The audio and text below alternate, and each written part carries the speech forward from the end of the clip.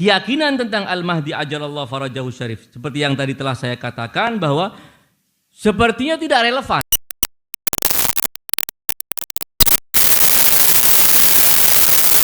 Ibn Ishaq, ya Ahmad ibn Ishaq, wahai innal Ishaq, wa ta'ala tabarak, yakin mengokohkan keyakinan kita, makin memperkuat akidah kita. Ya, akan ada pelompatan dalam upaya untuk sampai kepada kesimpulan yang benar. Itu melelahkan dan sangat berisiko. Melelahkan karena akan sulit sampai kepada kesimpulan yang benar, dan sangat beresiko karena akan rawan tergelincir dan keliru mengidentifikasi imam yang kita ingin imani. Kita tidak akan ketemu identitas imam yang ingin kita yakini tersebut. Karenanya saya ingin batasi pembicaraan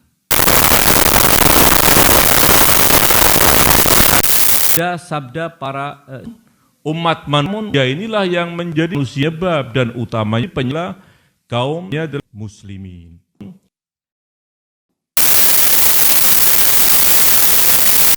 Sebelas imam, mulai Imam Ali sampai Imam Hasan Askari, yang paling banyak dikutip sabdanya tentang Al-Imam Al-Mahdi adalah Imam Ja'far. Semua sisi dari Al-Imam Al-Mahdi itu telah dijelaskan oleh Al-Imam As-Sadiq alaihi salam, dan jumlah riwayatnya melebihi riwayat-riwayat para imam yang lainnya. Karenanya kita akan melihat bagaimana Al-Imam As-Sadiq alaihi salam membantu kita. Al-Imam As-Sadiq alaihi salam membantu umat Islam untuk sampai kepada kesimpulan yang benar untuk upaya mengenal Al-Imam Al-Mahdi. Karena seperti saya katakan tadi, yang ingin diperkenalkan, kalau boleh pakai bahasa promosi, yang mau dipromosikan ini adalah Al-Imam Al-Mahdi yang dijanjikan oleh Allah, yang dikabar gembirakan oleh Rasulullah, bukan selainnya. Yang kepemimpinan beliau, kelahiran Al-Mahdi. Kalau kamu sampai keliru memahami, keliru mengimani, bukan Mahdi yang dimaukan oleh Allah dan Rasulnya, bukan Al-Mahdi yang dijelaskan identitasnya oleh para imam suci Ahlul Bait, maka pengenalan kamu kepada Mahdi tersebut tidak ada nilainya. La fid dunya wa la fil akhirah, tidak ada nilainya. Karena itu Rasulullah SAW hingga Imam Al-Askari serius mereka ingin memperkenalkan Al-Mahdi yang sebenarnya. Karena inilah yang dijanjikan oleh Allah dan Rasulnya. Namun sekali lagi, kalau ada pelompatan, langsung berusaha mencari tahu bukti-bukti tentang keimamahan Al-Mahdi, akan terasa ini tidak benar cara yang ditempuh. Maka hasilnya pun akan melenceng nanti. Hasilnya akan melenceng. Bagaimana ada orang ribut tentang imam 12? Kamu selesaikan dulu imam yang ke-11. Kamu yakini tidak? Kamu bagaimana akan berbicara tentang imam ke-11 kalau kamu belum selesai tuntas membicarakan imam yang ke-10 dan demikian seterusnya. Jadi ujung-ujungnya semua masalah kita, bahkan masalah tauhid sekalipun, bukan keimanan kita sampai ajal kelak menjemput tentang imamah Ahlul Bait. Kita mau bicara apapun, bicara tauhid, kepemimpinan Al-Imam Al-Mahdi ajalallahu farajahu syarif. Buktikan imamah yang dimaukan Allah dan Rasulnya adalah Ali bin Abi Thalib dan 11 imam dari putra beliau, maka kita akan ambil tauhid dari mereka. Selesai sudah. Tidak usah kita mau nyumbang pemikiran apapun, apalagi mau ngambil dari pemikiran kanan kiri, selesai. Imam yang mengatakan demikian. Demikian juga masalah syariat dan masalah apapun. Jadi inti adalah masalah apapun, kembalikan masalah imamah. Nah, karena itu Al-Imam As-Sadiq membangun lima kaidah yang ingin saya sampaikan secara ringkas, sekali ringkas. Antum tidak usah bingung, saya akan berpanjang-panjang ya. Aslinya memang harus panjang ya, tapi tidak harus satu pertemuan, ya. Ada 5 kaidah dasar Imam Ja'far. Ini diambil dari riwayat-riwayat Imam Ja'far. Bahwa kaidah pertama, kita harus tuntas terlebih dahulu membangun keyakinan berdasarkan bukti bahwa sepeninggal Rasulullah Shallallahu Alaihi Wasallam, imamah marja dalam urusan agama yang maksum itu ada pada ahlul bait, bukan pada selain ahlul bait. Harus selesai dulu di sini. Wa ala kulli hal, semua kaidah 5 yang ingin dibangun oleh Imam Ja'far untuk membantu kita sampai kepada kesimpulan yang benar. Nanti kita akan gampang untuk memastikan Al-Mahdi sudah lahir atau belum, tidak usah pusing nanti kita. Selesai dengan sendirinya. Al-Muhim runut 5 kaidah ini kita akan fahami dengan baik. Ala kulli hal, riwayat-riwayat ahli sunnah mendukung ini semua. Melalui salah satu bukti bahwa rujukan macam bukti yang kokoh.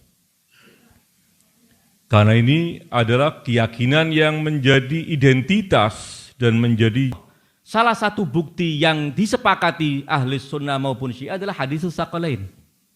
Hadis Allah farajahu syarif, satu di antara rentetan keyakinan-keyakinan tersebut. Riwayat puluhan sahabat meriwayatkan, ratusan jalur ahli sunnah telah meriwayatkan, ratusan kitab ulama ahli sunnah, puluhan ulama ahli sunnah terlibat dalam menjelaskan tentang hadis ini. Sehingga kita tidak ingin berpanjang-panjang menyebutkan keterangan berbagai hal terkait dengan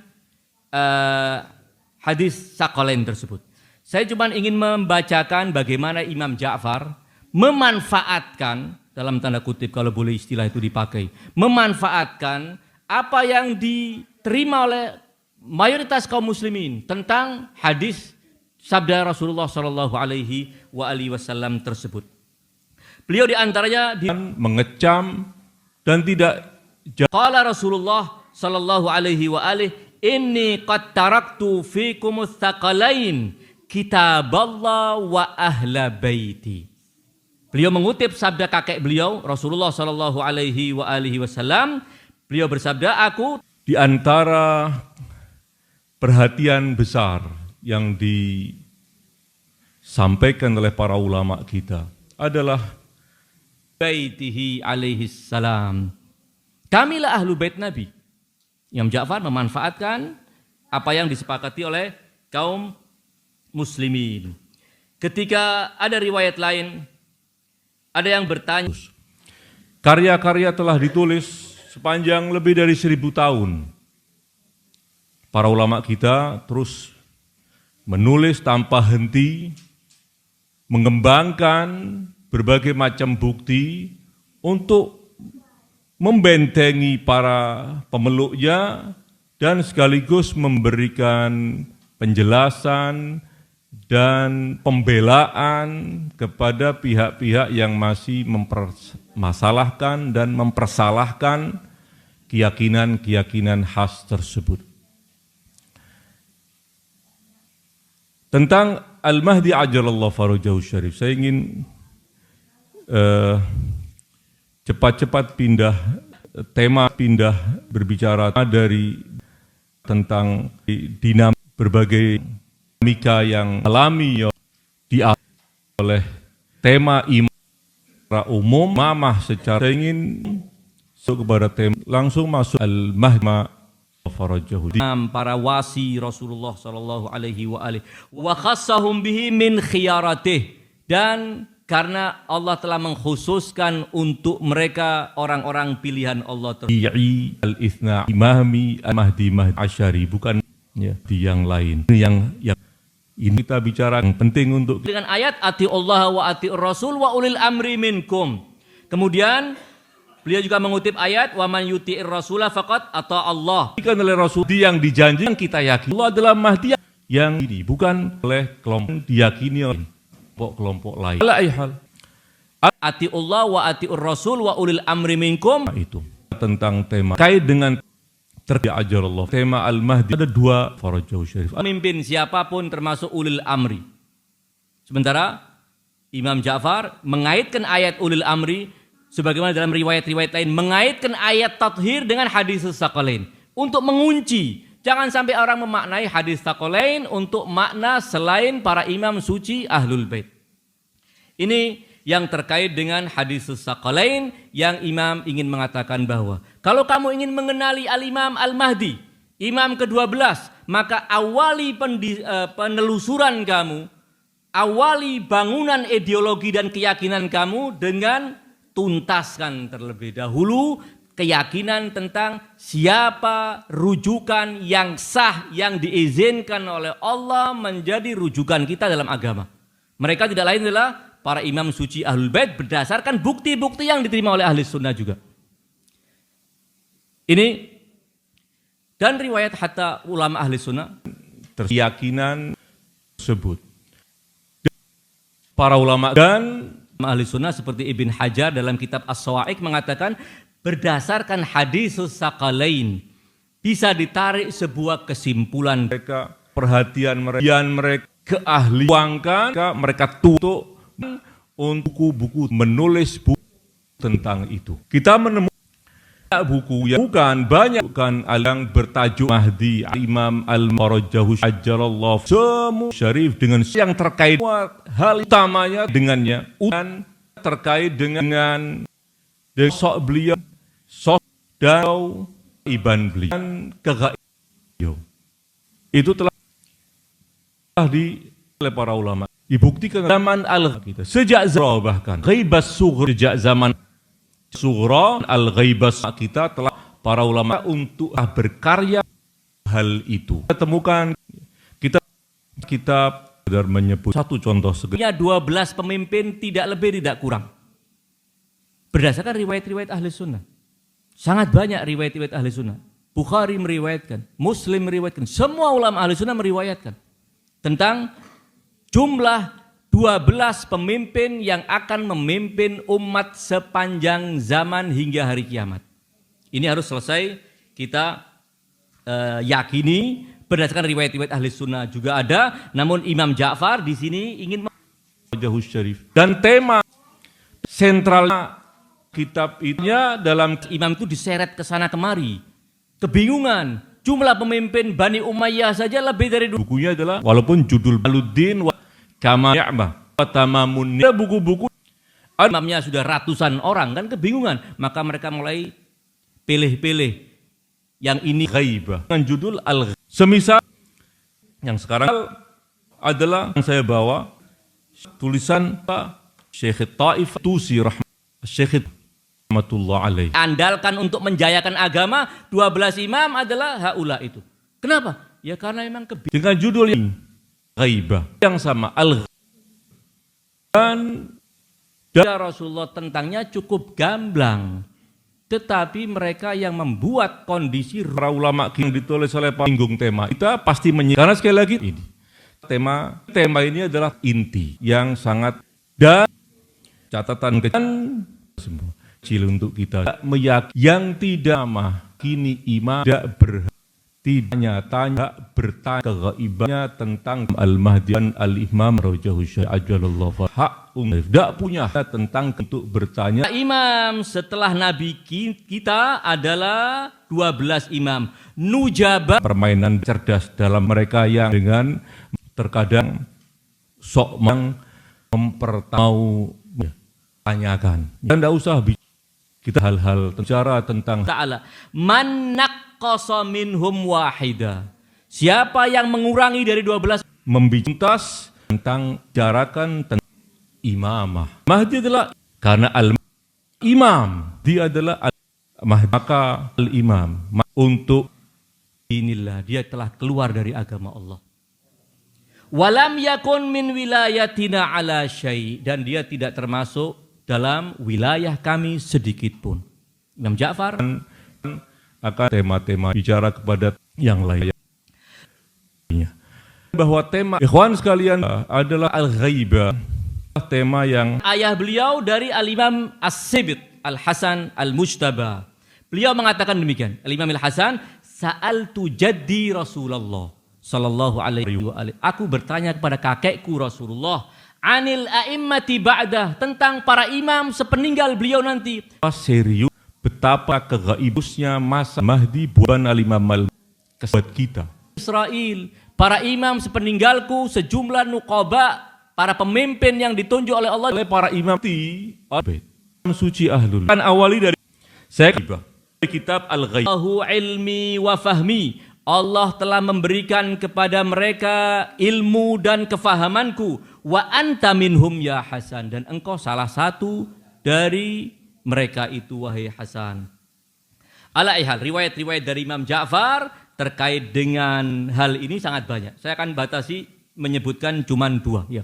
Insyaallah kalau memang ada waktu di kesempatan hari-hari lain kita akan kembali mengurai satu demi satu riwayat-riwayat yang sangat banyak tersebut. Kaidah ketiga. Ya. Jadi kita sudah jelas marja, rujukan yang sah untuk mengenali Islam adalah rujukan yang maksum Ahlul Bait, dan mereka adalah berjumlah 12. Ini berarti ya, ini riwayat dari jalur keluarga dunia akhirat kelahiran umat dan penyelamat lahiran manusia. Pimpinan itu tidak lagi dijabat oleh saudara, tapi turun kepada anak. Dari Imam Ali turun kepada Imam Hasan, dari Imam Hasan bergeser ke Imam Husain. Kemudian setelah wafat Imam Husain, tidak ada kepada saudaranya Imam Husain, tidak ada. Turun ke bawah, secara turun ke bawah semua. Ala kulli riwayat diantaranya dari Hammad ibn Isa dari Abu Abdillah As-Sadiq alaihissalam. Beliau mengatakan demikian, la tajtami'ul imamatu fi akhawaini ba'dal Husain. Setelah wafat Al-Husain, setelah syahadah Al-Husain, tidak ada lagi imamah dijabat oleh 2 saudara secara bergantian. Innama hiya fil a'qab wa a'qabil a'qab, tetapi imamah itu akan dijabat oleh anak, oleh ayah turun ke anak, anak turun ke anaknya lagi, dan demikian. Al-Kadhim alaihi salam qal, maka Imam Musa menyampaikan hadis kepada adik kecilnya Al-Uraidi. Qala li abi, kata Imam Musa, ayahku Imam Ja'far pernah berkata kepadaku demikian.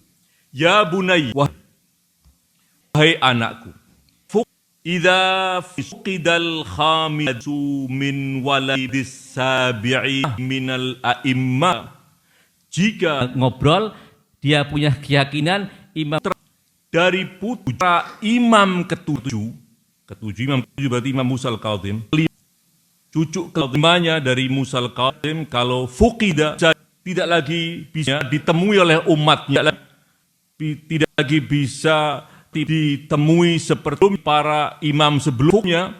Idza fuqidal khamisu. Dengan itu akan jelas klaim-klaim tentang kemahdian, bahwa Al-Mahdi seperti diklaimkan Al-Mahdi adalah Muhammad ibn Hanafiyah, klaim palsu. Kenapa? Karena pasti akan turun ke bawah, tidak mungkin ke samping.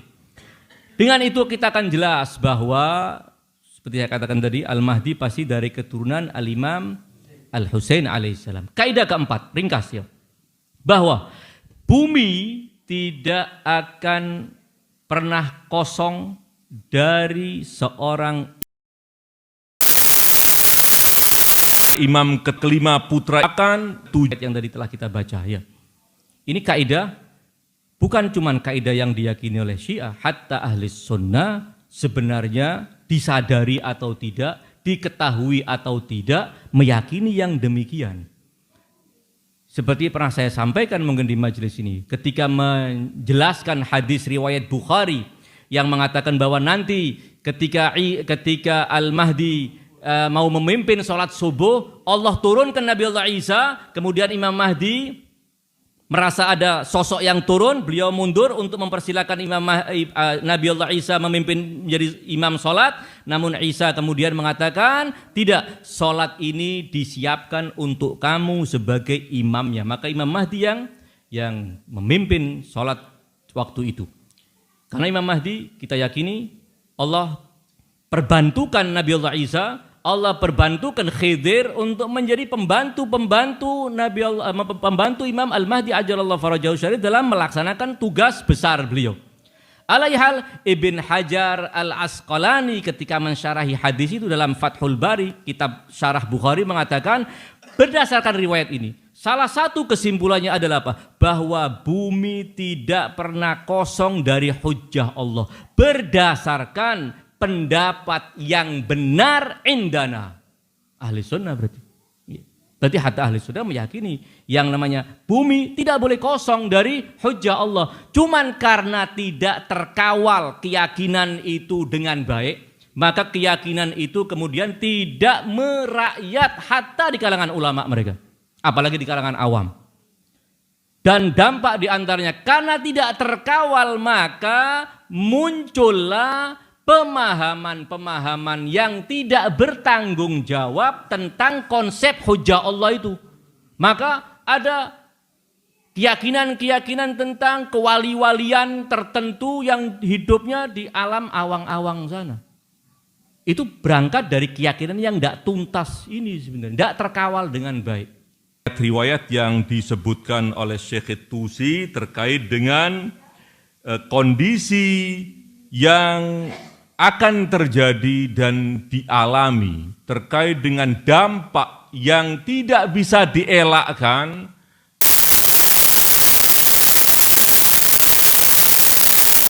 yang akan dialami oleh tidak sedikit dari orang-orang yang tadinya meyakini Imam Al-Mahdi bahkan. Menjelaskan betapa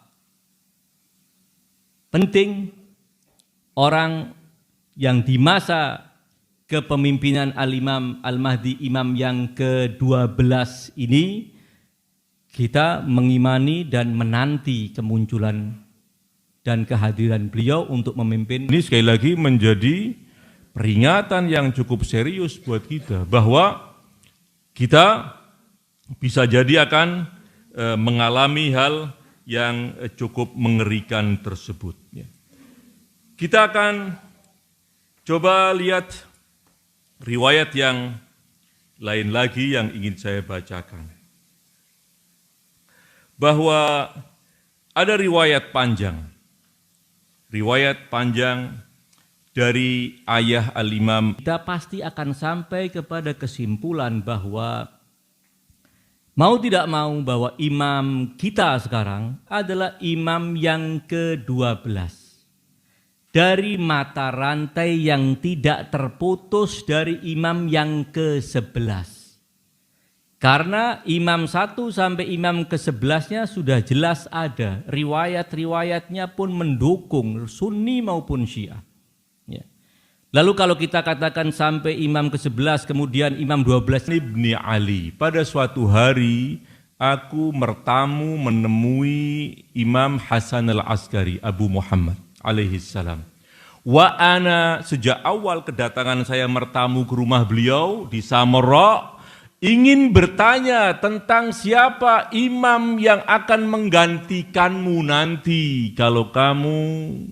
Kewajiban kita untuk mengenali imam, dan yang tidak mengenali imam berarti dia akan mati jahiliyah. Ini riwayat-riwayat ahli sunnah mengatakan demikian.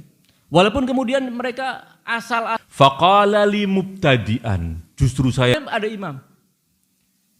Ini karena sekali lagi kebingungan juga dalam memahami atau berusaha memahami riwayat-riwayat yang mereka riwayatkan sendiri. Ala kulli hal, saya akan bacakan riwayat dari Imam Ja'far yuh'ala lardha lil ardu mundu adam laqa Abu Abdillah. Tanpa kita bertanya, tahu-tahu Imam Ja'far menyampaikan kepada kita ucapan ini. Qala Rasulullah sallallahu alaihi wasallam, Ahmad bin, wahai Allah yang Ishaq, sesungguhnya Maha Agung yang Maha Berkah dan pernah mengosong, tidak punya ini songkan sejak Allah ini kan Allah menciptakan pernah mengosong, tidak hingga songkan terjadi kelak kiamat yang dia imani. Allah hujjah mengosongkan dari umat manusia atas manusia. Hujjah itu benar sabda Rasulullah. Maka Imam Ja'far mengatakan benar itu sabda Rasulullah. Qultu fakullu man mata wa laisa lahu imamun famitatuhu mitatun jahiliyah. Lalu apakah orang yang mati tanpa punya imam berarti dia mati jahiliyah? Qala na'am, iya.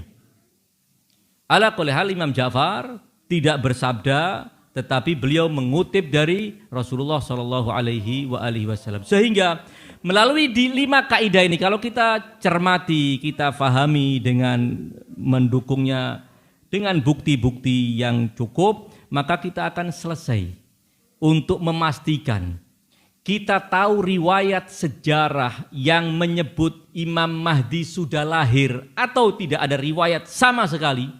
Anggap tidak ada riwayat yang pernah melaporkan kepada kita bahwa Al-Hasan Al-Askari punya anak sekalipun, anggap tidak ada riwayat, maka mau tidak mau kita pasti meyakini Al-Hasan Al-Askari pasti punya anak. Tidak mungkin tidak punya anak. Karena ini janji Allah Subhanahu wa taala, 12 imam, tidak lebih tidak kurang. Yang tidak mengenal imam zamannya dia akan mati jahiliyah. Tidak mungkin kemudian imam yang ke-11 wafat tanpa memiliki anak. Dan nanti akan lahir setelah sekian abad. Nah, karena ini sebagian orang yang menganggap bahwa cerita-cerita tentang kelahiran Al-Mahdi itu kan cuma diriwayatkan oleh segelintir orang saja.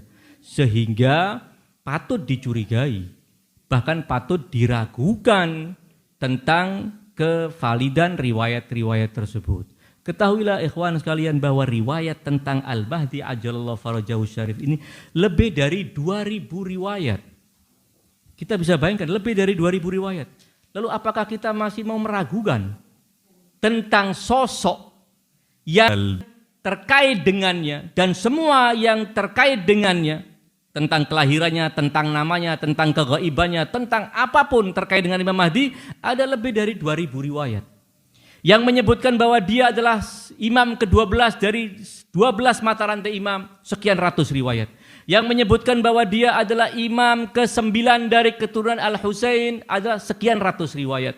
Yang menyebutkan bahwa dia adalah keturunan Fatimah, sekian ratus riwayat. Yang menyebutkan bahwa dia adalah keturunan Imam Al-Kazim, sekian ratus riwayat. Ini kalau diakumulasi 2000 riwayat ya. Masih kita mau meragukan tentang keberadaan orang seperti itu? Ya sangat aneh ya.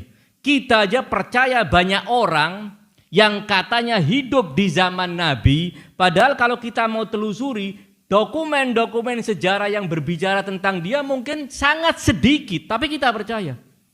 Lalu kenapa tentang Al-Mahdi kita masih bingung-bingung dan meragukan, tentang yang lainnya tidak? Jadi tidak ada jalan. Para imam telah mengunci semua upaya dari pihak-pihak yang ingin melumerkan atau mengubur tentang Al-Mahdi ajalallahu farajahu syarif. Para imam dengan usaha yang cukup getol menjelaskan kepada kita dengan sedetail-detail mungkin, termasuk kewajiban kita di masa kegaiban yang sekarang ini. Alaihal, ini yang bisa saya sampaikan dalam pertemuan yang sangat mulia dan berbahagia ini dalam rangka kita memperingati Al-Imam Al-Mahdi ajalallahu farajahu syarif. Mudah-mudahan apa yang saya sampaikan bisa menjadi bahan renungan buat saya sendiri dan buat ikhwan semua, juga bahan untuk didiskusikan lebih lanjut supaya ada pengembangan-pengembangan yang makin mengokohkan keyakinan kita, makin menguatkan keyakinan kita, dan yang terpenting adalah makin menguatkan hubungan emosional kita, hubungan ketaatan kita. Ada yang bisa saya sampaikan, mudah-mudahan pertemuan kita dirahmati oleh Allah Subhanahu wa taala dan semua hajat-hajat kita dikabulkan oleh Allah, dimudahkan semua urusan kita bi berkat sahibil asri waz zaman. Ala hadhihi niyya wa kulli niyatin salihah. Al-Fatihah. Tasbiquhas salatu ala Muhammad wa ali Muhammad.